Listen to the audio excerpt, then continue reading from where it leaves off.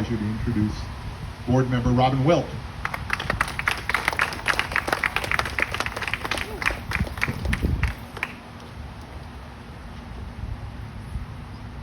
Thank you, Bill. Thank you so much. Q, what a tough act to follow.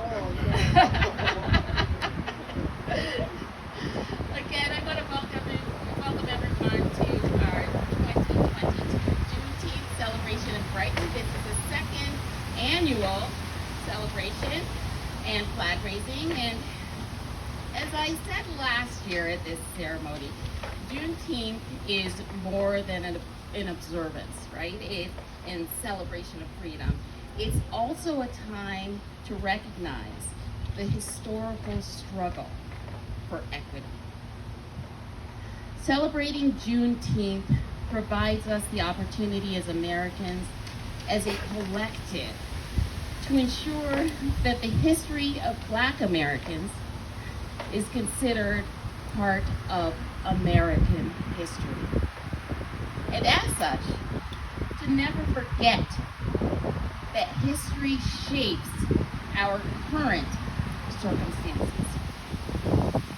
In thinking about what I would say today in honor of the 157th anniversary of Juneteenth, my mind wandered to a little bit of contemporary history. After all, last year I talked about Juneteenth being a dichotomy. So, believing that we should give people their flowers while they are still here to appreciate them, I wanted to talk about Opal Lee. You may not know who Opal Lee is, but when President Biden signed Juneteenth into a holiday, into federal law, Opal Lee was described by President Biden as the, quote, grandmother of the movement, unquote, to make Juneteenth a federal holiday. In 2016, at 89 years old, Lee, who's a former teacher and lifelong activist, walked 1,400 miles from her home in Fort Worth, Texas, to the nation's capital in an effort to get Juneteenth named as a national holiday. And Lee is still walking now. Even after Juneteenth was instituted as a federal holiday, for those who need to be freed from, as she calls it, quote, economic bondage, unquote. And because, as she states, we've been told that we can't tell the truth about American history. People need to know what has actually happened so that they can heal from it. This is the only way we can be sure that it never happens again. Now, 95, Lee plans to walk 2.5 miles on this Juneteenth weekend to symbolize the 2.5 years that passed between President Abraham Lincoln's Emancipation Proclamation, which was issued on January 1st, 1863, and the 1865 day that Juneteenth commemorates, when word of the Emancipation Proclamation finally reached Galveston, Texas. Opal Lee's story and her insistence that Juneteenth is not merely observed, but also lived through a struggle for equity, reminds us that Juneteenth is not a Black cultural event, but that it is an American cultural event.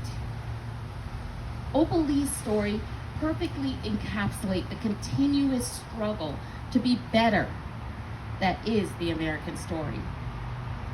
As we celebrate Juneteenth in the town of Brighton this year and across the community, we gather in a spirit of expectation, a spirit of love, a spirit of unity, a spirit of hope that goes,